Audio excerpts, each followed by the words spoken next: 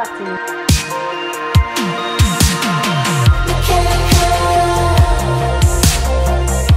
Aujourd'hui, c'est un sujet extrêmement périlleux sur lequel j'ai entrepris de discuter toute seule devant ma caméra. C'est un thème qui a été proposé par une chaîne qui est une chouette chaîne qui s'appelle Linza Liberté de Galoper. Merci pour ce thème extrêmement casse-gueule et j'espère que je ne le regretterai pas. Elle m'a proposé de donner mon avis sur le rapport entre l'équitation et le véganisme. Et rien qu'en disant ce mot-là, je me dis déjà putain, je n'aurais pas dû faire ça. Mais c'est pas grave, je vais quand même essayer de faire quelque chose de constructif. Moi-même, je suis végétarienne et pas végane, donc déjà je suis habituée à être un petit peu considérée comme un traître par le camp des véganes. Alors évidemment, je veux pas mettre des gens dans des cases, et donc oui, je suis végétarienne, donc je mange pas de viande ni de poisson. C'est pas une fierté ou quelque chose que je vais brandir comme étant hyper important, parce que pour moi c'est personnel, c'est un choix qui me regarde moi. Et il y a toute une période où pour moi la suite logique c'était de devenir végane. Donc, pour les non-initiés, petit résumé. Végétarien, ça veut dire que vous ne consommez pas de chair animale, donc pas de poisson, pas de viande. Poisson fait partie de la chair animale, hein. Poulet fait partie de la chair animale. Les lardons, c'est aussi de la chair animale, je tiens à le dire, parce que parfois on voit des petites surprises. Concrètement, vegan, ça va aller plus loin que ça. Donc entre les deux, on a végétalien. Donc le végétalien va refuser toute consommation de produits issus des animaux. Donc pas seulement de la chair animale, ça va aussi être par exemple des œufs, du lait, du miel, etc. Et les véganes vont encore plus loin dans le sens où ils rejettent entièrement, c'est un mode de vie. Devenir végane, c'est carrément un mode de vie, dans le sens où on va rejeter la laine, les cuirs, tout produit animal dans les dentifrices, dans les produits, dans le savon, parfois on a de la gélatine, des choses comme ça. Et voilà, chacun fait le choix qui lui semble le plus cohérent par rapport à lui-même. Pourquoi je suis végétarienne? Parce que je pense que ça va forcément arriver. Déjà, pour une première chose, c'est qu'il y a une espèce de raison un peu philosophique qui est que j'adore les animaux. C'est vraiment hyper important pour moi, ça l'a toujours été depuis que je suis toute petite. J'ai toujours considéré que c'était un peu mes potes. Il est arrivé un moment où il a fallu que je mette en cohérence mes actions et ma conscience, et ce moment est arrivé assez naturellement et je me suis dit bah maintenant je vais arrêter de manger mes potes. Ensuite, l'autre dimension, elle est beaucoup plus factuelle et moins liée directement à ce que je ressens dans mon cœur, de mon petit cœur. C'était plus en fait l'industrialisation de l'élevage, de l'abattage, de la viande d'une façon très globale. Pourquoi est-ce que je suis pas allée jusqu'à être végane? Donc pour moi, véganisme, si on prend l'étiquette classique, etc., normalement on ne monte plus à cheval, puisqu'on rejette toute exploitation animale dans toutes ses formes. Donc c'est quand même assez radical. D'ailleurs ça se veut comme étant quelque chose d'assez radical pour vraiment arriver à un changement pour le bien-être de l'animal. Après évidemment, on parle d'humain, c'est des concepts d'humain pour des humains, donc ça veut dire par nature que c'est variable. Et donc c'est merveilleux parce que ça veut dire que il peut y avoir des véganes qui montent à cheval, il peut y avoir des véganes qui sont peut-être welfaristes, hein, ça arrive, hein, je pourrais en avoir rencontré. Des véganes qui mettent quand même de la laine parce qu'ils ont des bons plans pour avoir de la laine, bref. Donc évidemment, ceux-là se font incendier par les vrais véganes qui eux du coup sont tout bien dans toutes les cases. Tout comme certains végétariens qui consomment du poisson, qui sont du coup des pescétariens et pas des végétariens, se font insulter par des végétariens qui sont des vrais végétariens. Vous voyez les trucs, ça part dans tous les sens et c'est un truc classique d'humain quand les sujets sont un peu émotionnels, bref. Bon, moi personnellement, je m'en fous un peu, dans le sens où je suis bien alignée avec ma conscience, je sais ce que je fais. Quand on arrive à l'équitation, parce que du coup l'équitation là, elle a été complètement skippée, l'équitation, donc quand on est vegan, théoriquement, on ne monte plus à cheval. Ça fait partie des cases un petit peu à cocher. Il y a régulièrement, enfin voilà, par exemple, ceci n'est pas une autopromotion, mais c'est un bon exemple. Donc j'ai une plateforme de cours vidéo qui s'appelle The Tech Room, et en fait, je vous dis pas parfois ce qu'on reçoit comme commentaire. Parfois c'est pas très tendre, parfois c'est dit très méchamment, et parfois c'est surtout, on voit bien que parfois il y a un manque de compréhension totale de ce qu'est l'équitation. De ce que peut être l'équitation, parce que c'est du coup ça que ça va amener comme sujet.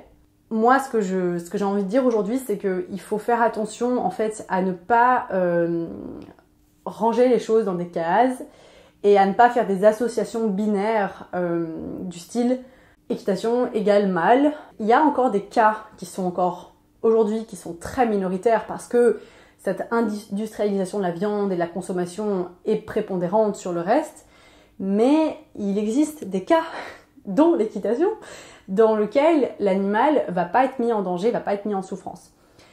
Je m'explique. Quand on veut, par exemple, faire du mieux qu'on peut pour les animaux, il arrive toujours cette question de est-ce que je dois monter mon cheval? J'en ai parlé dans un article, je vous mettrai ça en barre d'infos en dessous. J'ai fait un petit peu une question sur l'antispécisme parce que, évidemment, si on monte à cheval, c'est impossible de s'affirmer comme étant antispéciste. Donc l'antispécisme, c'est le fait de refuser de faire une hiérarchisation des espèces. Par exemple, de pas dire un homme est supérieur à une poule ou un homme est supérieur à un cheval, etc. Moi aujourd'hui, en étant cavalière, je peux pas m'affirmer comme étant antispéciste, c'est pas possible parce que du coup c'est complètement contradictoire avec mes actes. Je monte à cheval et j'estime effectivement que je dois décider plus que mon cheval. Pour plein de raisons. J'estime que effectivement c'est moi qui dois décider, avoir la dernière décision si on est en balade et qu'il y a un moment de stress.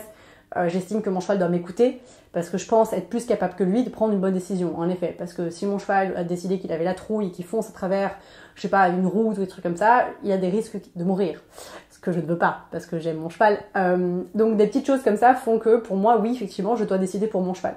Donc je lui impose, entre guillemets, ma prise de décision et je ne le laisse pas décider tout le temps. C'est-à-dire qu'il y a des fois, je vais lui laisser un petit peu d'ouverture et d'espace quand j'estime que c'est safe. Et puis quand j'estime que là, c'est moi qui dois être le chef, il n'a pas le choix et c'est tout.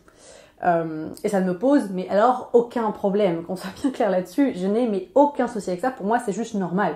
Donc, rien que ça fait que déjà, je vais être un petit peu, comme un peu une démarche avec des parents et des enfants. C'est-à-dire que pour moi, mon cheval, c'est un peu comme mon enfant. C'est que j'estime qu'il va être moins responsable de certaines choses, moins conscient de certaines choses, qui est juste une évidence.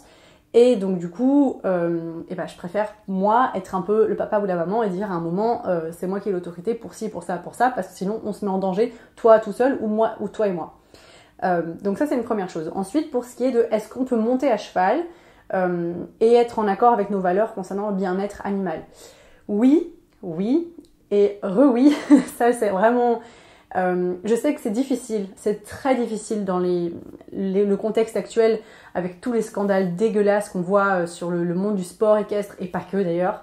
On voit des choses atroces circuler, on voit des chevaux enraînés d'une façon dégueulasse, on voit des chevaux qui peuvent pas respirer, on voit Je sais, j'ai été à Lyon pour de Takroom justement et franchement j'ai été choquée serait un euphémisme parce que j'ai vu sur les préparations, les détentes avant les concours de jumping, et je vous parle pas du jumping du Poney Club du coin, je vous parle des jumping 5 étoiles qui avaient lieu à Lyon.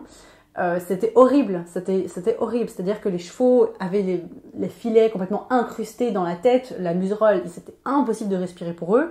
On entendait des souffles rauques tout le temps, des mains super dures, les chevaux étaient tous enroulés, enraînés, les éperons avec les bandes de respect hyper hypocrites qui moi me tendent juste un petit peu.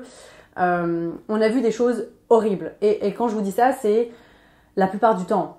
C'était rare, vraiment très rare qu'on voit un cavalier monter avec un cheval détendu, relax, cool, bien dans son corps, bien dans sa tête, avec un mec respectueux. C'était super rare, on n'a quasiment pas vu ça. Après voilà, je suis pas un bisounours, j'aime beaucoup la performance et je crois que la performance équestre peut combiner le bien-être du cheval, peut être associé au bien-être du cheval. Par exemple, Michel Robert, c'est le seul qu'on a vu monter un cheval qui était calme. Qui foyait pas de la queue toutes les 2 minutes, il lui arrachait pas la bouche, c'était très propre, très respectueux, très doux. Et ça sortait du lot, quoi. C'était tellement flagrant parce que c'était le seul dont le cheval était normal. Ça, j'avoue que oui, ça prend, quoi. C'est dur de voir ça. En dressage, on a eu des scandales dégueulasses.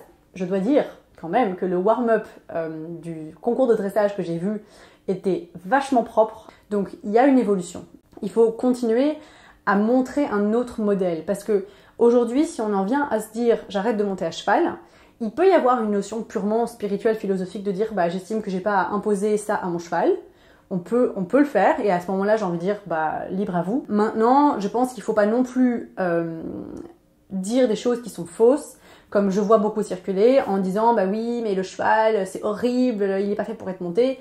Mais oui, mais n'importe quel prof digne de ce nom va vous le dire qu'il n'est pas fait pour être monté et tout ce qu'on va mettre en place en équitation, c'est justement pour ça. C'est pour le fait que le cheval n'est pas fait pour être monté et qu'on essaye de trouver tout ce qu'on peut en notre faveur pour tout bien faire pour le cheval, pour que ça devienne quelque chose de chouette pour lui aussi. On peut amener des choses incroyables à un cheval par des bonnes méthodes, par du renforcement positif, par du horsemanship bien fait évidemment, pas l'éthologue du coin qui pousse le cheval à bout jusqu'à qu'il soit complètement résigné. Non, je vous parle de gens qui ont une vraie connaissance de la psychologie équine, qui se renseignent, qui s'entourent, qui continuent à se former. Ces personnes-là, elles peuvent vraiment apporter quelque chose de dingue à votre cheval. Parce que les chevaux vivent dans un monde d'humains. Il ne faut pas oublier ça, il ne faut pas trop tomber dans le cliché hyper charismatique du cheval au naturel. Parce que le cheval au naturel, aujourd'hui, à moins que vous ayez des kilomètres et des kilomètres dans le Nevada ou je ne sais où, c'est pas possible. Vous pouvez pas avoir un cheval qui vit vraiment au naturel. Mais il existe des petits résistants, des petites personnes un peu à droite à gauche. Et je vous assure que j'en vois de plus en plus, notamment avec Dotachrome, comme on cherche des profils, on cherche des gens pour mettre en avant ces modèles-là. Et ben en fait, on découvre comme ça des petites perles un peu cachées comme ça et qu'on voit pas trop, ni sur internet, ni en concours, et qui en fait finalement font des choses super chouettes. J'ai bossé à Aquila Farm, donc l'écurie d'Aurélie de Mévius, pendant quelques mois. Et typiquement, c'est vraiment une écurie où les chevaux sont quand même super bien gérés et bien dans leur tête et bien montés. Et je vous assure que quand on passe de ça, où on voit Aurélie sauter en jumping quand même des bonnes choses maintenant, et qu'on passe sur un autre concours de niveau similaire, on va dire un concours lambda, ça fait super bizarre parce que comme je suis habituée à voir Aurélie monter et que c'est propre, c'est nickel, le cheval est bien, le cheval est chouette, elle fait hyper attention à ça, elle est vraiment hyper pointilleuse là-dessus. En fait, quand je la vois, j'y crois. Je me dis, voilà, elle a réussi à le faire, elle le transmet au quotidien, et puis ensuite, les personnes à qui elle l'a transmis vont le transmettre autour d'eux. C'est un effet de chaîne et ça va se faire. Mais du coup, tout ça pour dire que si on est dans cette idée que l'équitation c'est mal, pour moi, c'est qu'on n'a peut-être pas vu les bonnes personnes, on n'a peut-être pas vu les bonnes pratiques, on n'a peut-être jamais vu finalement ça, et c'est possible, parce qu'aujourd'hui, vous vous baladez dans n'importe quel club, en général, c'est pas super cool, quoi. Enfin, il y a peu d'endroits où c'est cool. Il y en a, ils existent. Et plutôt que de taper sur les mauvaises pratiques, je préfère parler des bonnes pratiques ou des personnes qui sont un peu des modèles à suivre, et il en existe. Maintenant, il faut les trouver. Donc voilà, c'est un petit peu ce que j'avais à dire là-dessus. C'est beaucoup, c'est long, je suis désolée. Mais c'est ça pour dire que je ne vois pas en fait d'incompatibilité entre le fait de défendre les animaux et l'équitation. Et je pense qu'il y a vraiment une profonde méconnaissance de ce qu'est réellement l'équitation par certains groupuscules véganes qui vont qui vont combattre l'équitation à tout prix en étant super virulents, en disant des choses qui sont pas fausses. Parce que dire qu'un cheval n'est pas fait pour être monté, c'est vrai. Dire que le cheval n'a rien demandé, c'est vrai. Dire qu'on le contraint, c'est vrai. Même si vous faites du clicker, vous contraignez d'une façon ou d'une autre votre cheval. Pareil, il faut pas se mentir non plus là-dessus. Quand je vois les personnes qui se combattent même dans les milieux alternatifs, parce que ça aussi c'est un truc sur lequel j'aimerais parler pendant des heures, c'est le fait que dans nos propres milieux où on est alternatif, on se pose des questions sur le cheval, on veut faire mieux, et même dans ce milieu on se tire dans les pattes, on s'entraide, pas du tout, on est durs les uns avec les autres, c'est un truc de malade. Et plutôt que de faire ça, pourquoi est-ce qu'on pourrait pas devenir plus fort en s'associant et en essayant de montrer aussi bien au monde qu'aux gens qui pensent que l'équitation c'est le mal absolu, de dire mais non, regardez, grâce à ça, tel cheval va mieux dans ses jambes, va mieux dans sa tête. Mais rien que Riffin et San, qui sont des chevaux que j'ai eu entre les mains quand même pas mal, San, il y a 1 an, c'était un cheval, elle ne pouvait pas sortir du tout petit carré de sa prairie sans être complètement dans un stress, mais terrible, grave. Aujourd'hui, c'est une jument qui a pris confiance en elle, qui comprend mieux comment elle fonctionne dans ses jambes, dans son corps, du coup qui s'exprime, qui joue, qui devient heureuse avec ses copains, qui devient beaucoup plus logique dans ses interactions sociales avec les autres chevaux. Ça veut dire que en gros, le travail que j'ai fait sur et avec elle lui permet d'être mieux sans moi. Et c'est ça, je trouve, qui est le plus dingue en horsemanship, en horsemanship ou n'importe quel mode éducatif bien fait, c'est qu'on arrive à ça. Et c'est ça qui est le plus magique pour un cavalier, c'est de dire, purée, non seulement avec moi, ça commence à être cool, on commence à bien s'amuser ensemble, mais en plus, quand le cheval est seul, il va mieux, il va tellement mieux qu'avant. Purée, ça serait dommage de rejeter en bloc tout ça, alors qu'en fait, on peut vraiment aider les chevaux avec ça. On peut le faire, il faut apprendre, c'est dur, c'est pas quelque chose comme ça qui se fait en 2 secondes, pas du tout. C'est pour ça qu'il y a beaucoup de gens qui préfèrent dire « Ah du coup j'arrête tout », parce que c'est trop difficile de faire l'effort. Vous êtes aussi un prof de vie pour votre cheval. et ils sont capables de grandir et de s'épanouir grâce à ça, et aussi grâce à la vie que vous lui offrez. C'est pas que vous, hein, évidemment, c'est un tout.